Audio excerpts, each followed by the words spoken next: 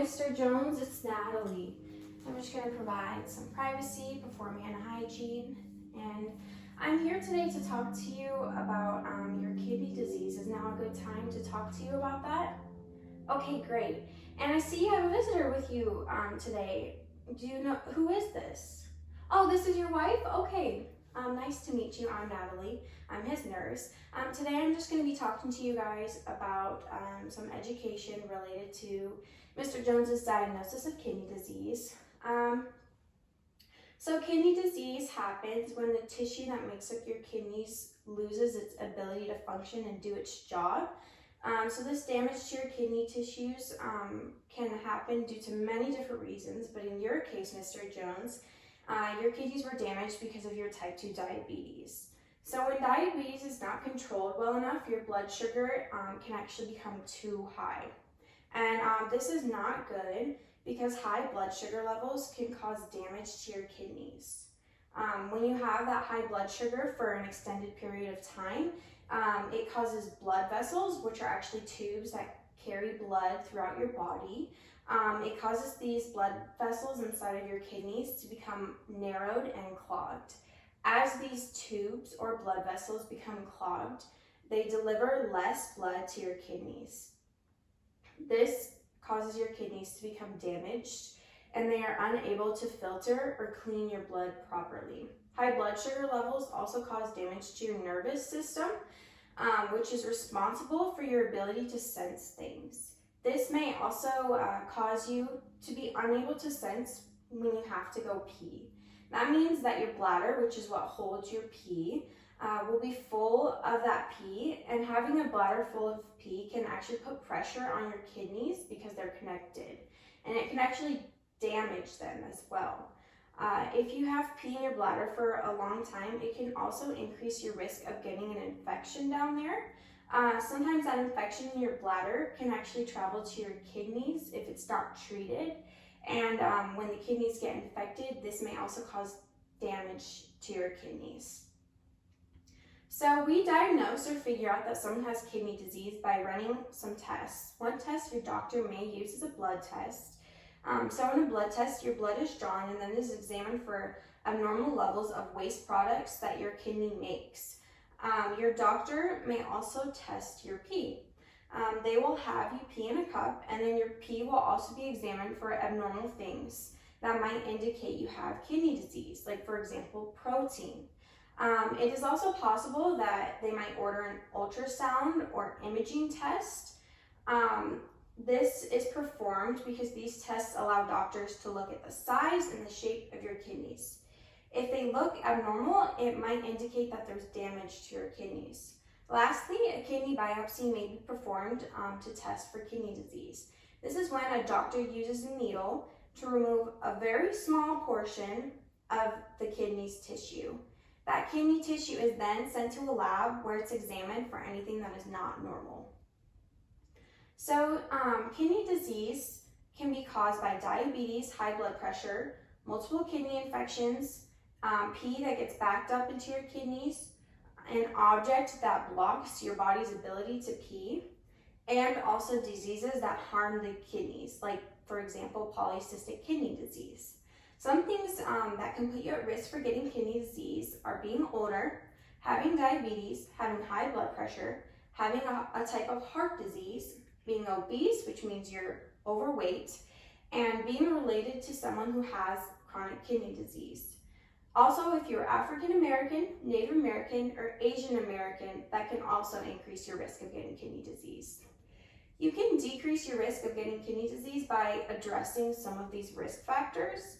So for example, if you have high blood pressure, eating a diet low in salt will help you decrease that blood pressure and prevent against kidney disease. Also, if you are overweight or obese, losing weight through diet and exercise can help decrease your risk of getting kidney disease. You can also eat a healthy diet and exercise to decrease your risk of getting certain heart diseases like coronary artery disease. Stopping smoking will also decrease your risk of kidney disease. So there is currently no cure for kidney disease, but there are ways that it is treated. One way doctors treat kidney disease is by treating whatever causes the kidney damage. In your case, Mr. Jones, your doctor will treat your diabetes because that is what caused your kidney damage.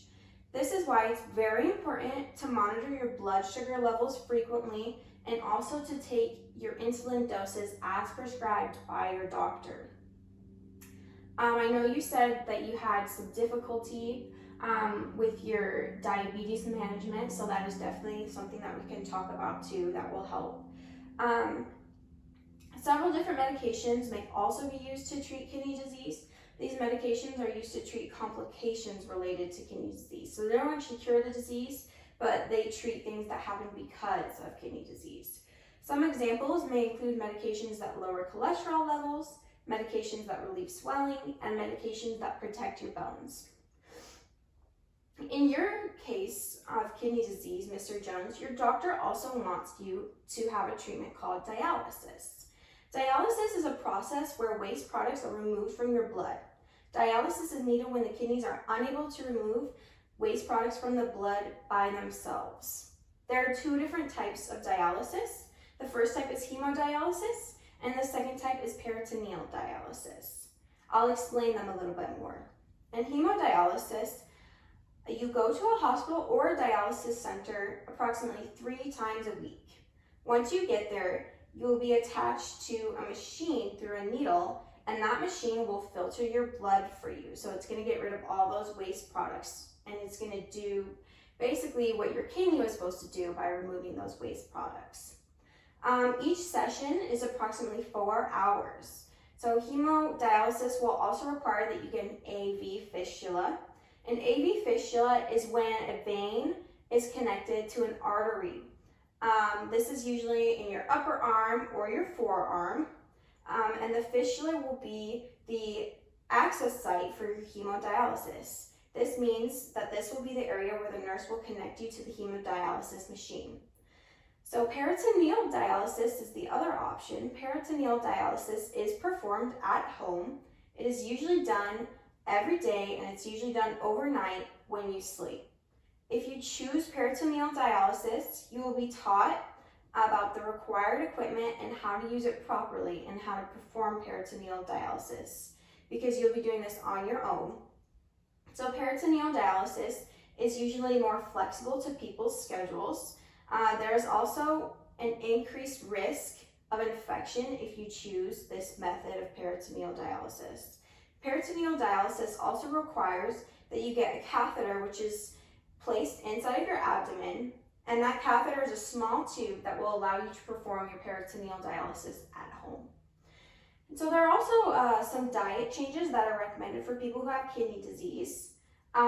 So people with kidney disease should try and eat a diet that's low in protein. So I know you had a consult earlier where she talked to you about the importance of avoiding foods, like you said earlier, hamburger, that are high in protein. So some low protein foods include vegetables, fruits, breads, and cereals.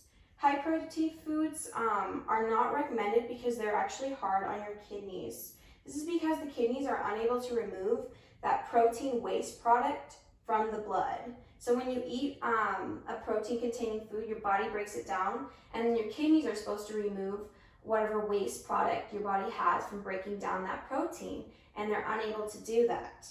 So that's why it's not recommended that you eat high-protein foods. So do you have any questions for me, Mr. Jones and Mrs. Jones, if you have any? No? Okay, great. Well, I'll stop by a little bit later to check on you guys, and you just let me know if you need anything. Here's your call light, and I will see you later.